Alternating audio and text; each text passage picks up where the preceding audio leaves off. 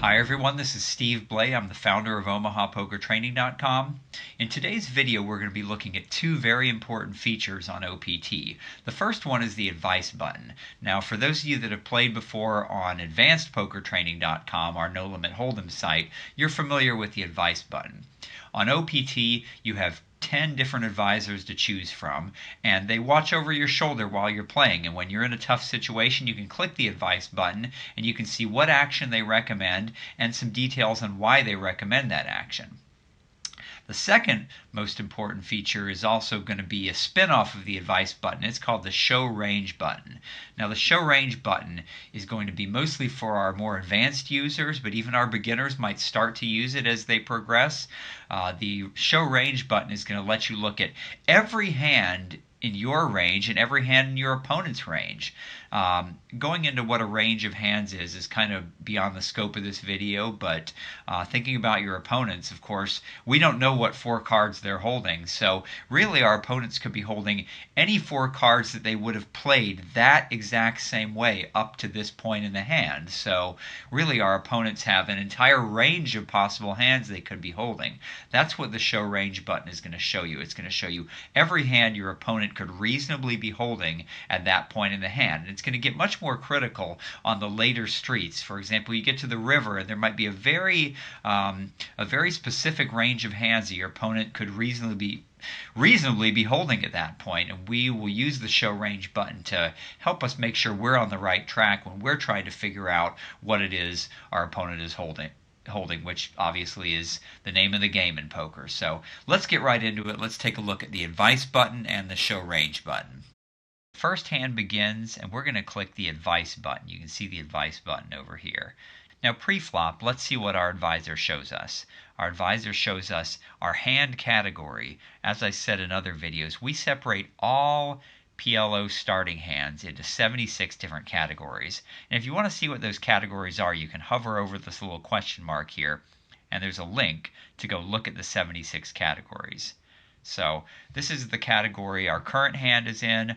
Our rank in category, the rank tells us how good our hand is compared to all the other hands in this category. If it said 100%, that would mean it's the best hand in that category. If it said 0%, that would mean it's the worst hand in that category. The next box here tells us the current pot status. Is it an unopened pot to us? Has somebody limped? Is it a raised pot? Is it a re-raised pot at this point? And this next box tells us the pot odds that we're being offered. How much is it going to cost us versus how much money is already out there in the pot. And finally, below that, our advisor will tell us what their action would be. Would they fold? Would they call? Or would they raise?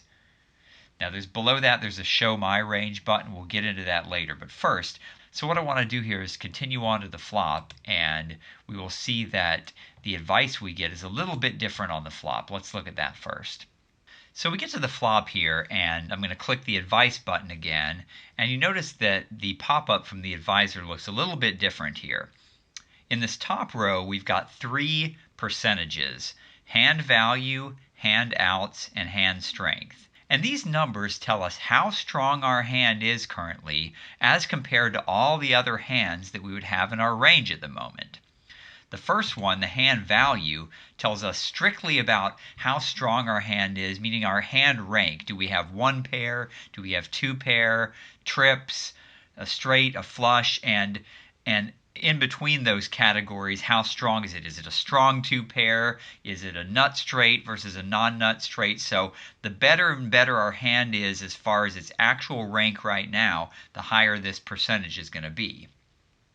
The hand outs tells us all about how much we can improve on the next card. So the hands that have more handouts are going to have a higher percentage here. Hands with fewer handouts are going to have a lower percentage here. And of course, you're not going to see this number when you're on the river because you don't have any outs anymore. And your hand strength is a combination of your current hand value and your current hand outs. But I want to point out that it isn't going to be the average of them. There are some drawy boards where handouts are going to be much more important. And on the flip side, there are going to be some dry boards in which hand value is going to be a lot more important simply because there just aren't a lot of draws available. Additionally, it's important how your hand value and your handouts work together.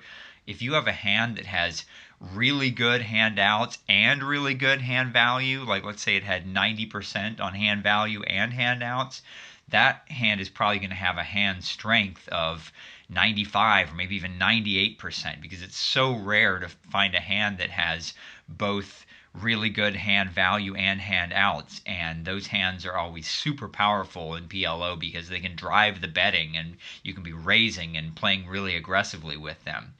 On this hand here, for example, you can see that our hand strength is actually lower than our hand value and lower than our hand outs as well, and that's because this hand kind of has mediocre hand value. It's got an overpair, and it's got mediocre handouts. It's got a non-nut flush draw. We'd much rather have one or the other of these be really strong. We'd almost rather have flopped a set and not have any flush draw at all, or maybe flop the nut flush draw at least and not have the overpair. But this hand has kind of like, just maybe a little bit above average on the hand value and the handouts, but neither one is really stellar, and so they don't work together that well, and that's why the hand strength is lower than both of them. So don't be surprised if sometimes your hand strength is better than both of them or lower than both of the other two values, just because of the fact that your handouts and your hand value are not working well together or are working really well in conjunction.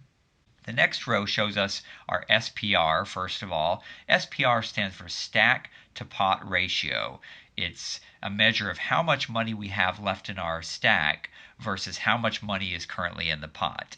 The higher the stack to pot ratio, the more difficult decisions we might be facing, the more action there's going to be on later streets, the more opportunities there are for complicated plays at this point. Whereas if you got a really low stack to pot ratio, like 1-to-1 or 2-to-1, it probably means there's just about one bet remaining, and probably if you have something good, all the money is going to go in or you're going to have to fold. So you can read more, but I can't get too much into stack to pot ratio, but it's a very important factor to consider, especially when you get to the flop, and I recommend you read more about it. The pot odds is going to tell you how much it's going to cost you to call this bet compared to how much money is currently out there in the pot. And of course, if you're not facing a bet, like we're not here, the pot odds say NA. It means that the pot odds really are infinite at this point since we're not facing a bet. And then finally below that, we're going to see the actual advice from our advisor based on all these things, which could be to fold, check, call, raise, or you know the drill. Now that we've looked at the advisor itself, let's look at these show range buttons. So we have two different buttons here. We have one that says show my range to look at our own range of hands. We have another one that says simply show range, and that is above every one of our opponents, so we can look at our opponent's range of hands. So let's talk a little bit more about why it's important to know what our hand range is and what our opponent's hand range is. As I said before, to get into a complete discussion of this is kind of beyond the scope of this video, but in a nutshell, it's really important, especially on the later streets, to be aware of what hands we actually could be holding at this point. That means what hands would we have played exactly this way on all the previous streets, especially, let's say, when we might be bluffing. So for example, let's say a third club were to come on the river, and just pretend we didn't have any clubs in our hand. So the question would be, do we have any hands in our range that we reasonably could have played the way we did on all the streets that actually have two clubs to the ace, that would have the nut flush? If we don't have any of those in our range, then if we try to bluff, our savvy opponents are going to sniff that out and we're going to get called. This goes the other way too. Let's say our opponent makes a bet into us and we're trying to decide whether we want to call this bet. Is our opponent bluffing? Again, the same kind of thought process. We'd want to look at our opponent's range in this case and say, what are some hands he could reasonably have here? The board paired on the river, let's say. Is it really possible that he or she flopped a set on us? and now they filled up on the river and now they're betting into us as a value bet. Or maybe this is a bluff. Maybe there really aren't a lot of hands that our opponent could really have that would be strong enough to bet for value at this point. Or maybe we have some good blockers that block any of these hands that our opponent reasonably could have at this point. So looking at our range and our opponent's range is really going to help us with some of these more difficult decisions, especially on the later streets when the ranges of hands really narrow down, and it's really important to be thinking about what specific hands can I believably represent here, and what specific hands can my opponent believably represent at this point in the hand. So let's click the Show My Range button here first. You'll see right away it shows us our actual hand up here at the top. That's what we're actually holding and what category our hand was in. Remember, that's those 76 categories we talked about earlier. And it shows us our hand strength. Now, that was the thing we saw before on when the advisor first came up. And it tells us a little bit here about what the action has been like so far on this street. Now, this next row is probably the most confusing. It tells us a little bit about our plan at this point with our entire range of hands. So our advisor might have told us earlier that we're going to check, or we're going to raise, or we're going to call, or whatever the case may be. But with our entire range of hands, this shows us the percentage of time we're going to bet for value, the percentage of time we're going to slow play, the percentage of time we're going to be checking or folding or semi-bluffing with all the possible hands we might be holding. And we do this because it's very important to balance our actions. We don't want to be betting with 100% of the hands in our range. Obviously, that would be betting too much. We want to be check raising some of them and betting for value with some of them and semi-bluffing with some of them. If we're facing a bet, we also don't want to be folding too often. That could be totally exploitable if we're folding 90% of all of our range. So here we need to think about what are all the hands in our range, and let's make sure we're not folding too many of them so that our opponent cannot exploit us by betting over aggressively time and time again and stealing pots from us. So on the left side here, it shows us which category, again, our hand fits into.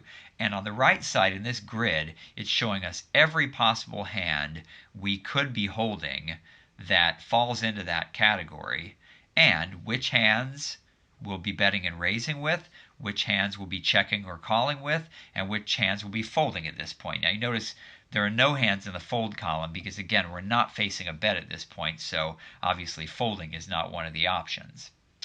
And we can click this button over here that says Show All Categories if we really want to look at all 76 different categories and see every hand that is in our range at this point. So again, as we click through some of these categories, this is showing us every hand that we could possibly have that we would have played this exact same way up to this point in the hand. So there's a lot of data to look at. Now, before someone calls me out on this, I want to point out that this is really not every single hand. Let's say you raised first in from the button and you go to the flop. Well, there are 270,000 different starting hands in Pot Limit Omaha, and you might raise first in from the button with 100,000 different hands. When you get to the flop here, we don't want to show you 100,000 different hands in this grid here because it's just going to be overwhelming. There's just going to be too much to look at. So we selectively and smartly prune some of these hands out of here so you just don't have too much to look at. You still have a lot of hands to look at. As you can see here, there's still a lot of hands as I scroll down here in this grid. There's still probably more than you could ever look at, but we've pruned some of them out of there. So instead of having, say, 100,000 hands to look at, you've only got 10,000 hands to look at maybe. So, but I wanted to point that out because before I get emails from people saying, hey, I know for a fact that I could have had, let's say, ace, king, queen, jack, double suited in spades and hearts in my range at this point. But I looked at every hand in here and I could not find ace, king, queen, jack, double suited in spades and hearts in my range here. And what I would say back to them is, well, that's true, but if you notice, if you look down here, let's say, you'll find ace, king, queen, jack, double suited in clubs and hearts, for example. And let's pretend for the sake of argument that there were no clubs and no spades on this particular flop, okay? So the flush potential was irrelevant, so we removed one of these hands because these hands are really analogous. They're not distinguishable in any way. So to give you less junk to look at here, we removed one of these hands. So, and we do lots more of that in our pruning process here. So again, don't be surprised if you don't see every single hand you possibly could hold here, but you're going to have thousands and thousands of hands to look at. And most importantly, again, this is going to get even more pared down as you get to the river. That's where this gets really critical, to have a really good idea of what hands you genuinely could have played the way you did all the way to the river. So right now here, there's a lot of data to look at, but that's going to get more and more compact as we get to the later streets. I'm going to close this out for just a second. I'm going to go over and look at our opponent's range now. And we'll see our opponent's range is much the same. It doesn't tell us what hands our opponent is going to fold, call, or raise because our opponent is not facing a bet at the moment. But it does show us all the possible hands our opponent could be holding in their range. And once again, you can hit this button that says Show All Categories if you want to look at all 76 categories. Now, you notice at the top here, there's a button that says Show Hand. If you actually want to see your opponent's hand, just click this Show Hand button. I'll do that right now, and you'll see your opponent's hand appears. We don't actually show you your opponent's hand until you click on that button, just in case you wanted to go look at your opponent's range, but you didn't want your opponent's hand revealed to you at this point. You still wanted to think about what hand they actually are holding at this point. So it's just to avoid you cheating by looking at your opponent's cards when you didn't intend to do that. Okay, so we can look at all of our opponent's possible hands in their range here. The same pruning process applies here. If your opponent had 100,000 different hands or 200,000 different hands in their range, we're obviously not going to show you all of those here, but we're going to show you the most relevant ones. I'm going to close this back out and I'm going to go back over again to looking at my range. And there's one more button up here. Up here at the top it says Show Grid. Now, I really like the grid here. The grid gives us kind of a bird's eye view of all the hands in our range and what categories they fall into. And so you see we got a grid here, and across the top we've got a column for hands that have 15 or more outs, hands that have 10 to 14 outs, hands that have 5 to 9 outs, and hands that have less than 5 outs. And then down the left side here, we have different rows representing the different hand strengths, all the way up to quads or better, and all the way down to just having one pair or having nothing at all. Now, as you look at this grid here, you can see all the hands in your range, how many different hands fall into each of these categories, and as you see up at the top here, it's telling you which hands we recommend you bet with and which hands we recommend you check with.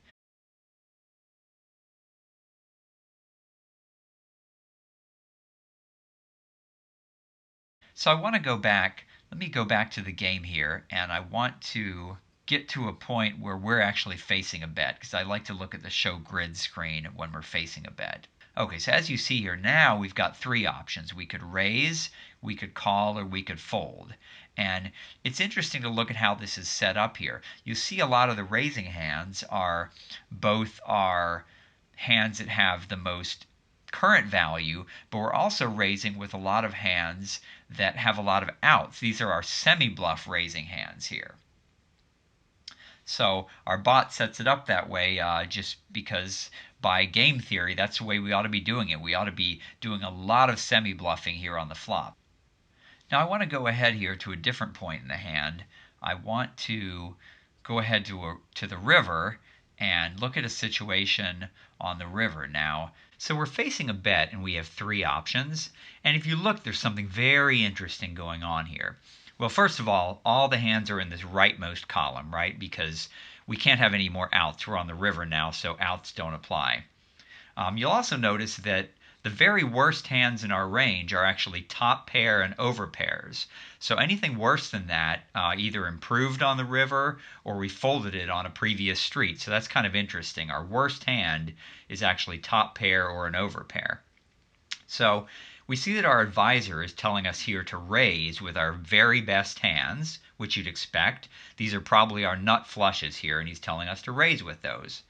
Our advisor is also saying to call with these flushes. These are probably going to be our non-nut flushes. We could go back to the actual range to check that out if we wanted to. And we're also calling with our straights and all the way down to we're even calling with some of these over pairs, probably pocket aces if I had to guess. And of course, by game theory, it says we have to call with enough hands so that our opponent can't exploit us by just betting all the time. And you can also see here that we're folding a lot of our very worst hands. That's to be expected. But this number here, this is the most interesting number. Why are we raising with these hands down here?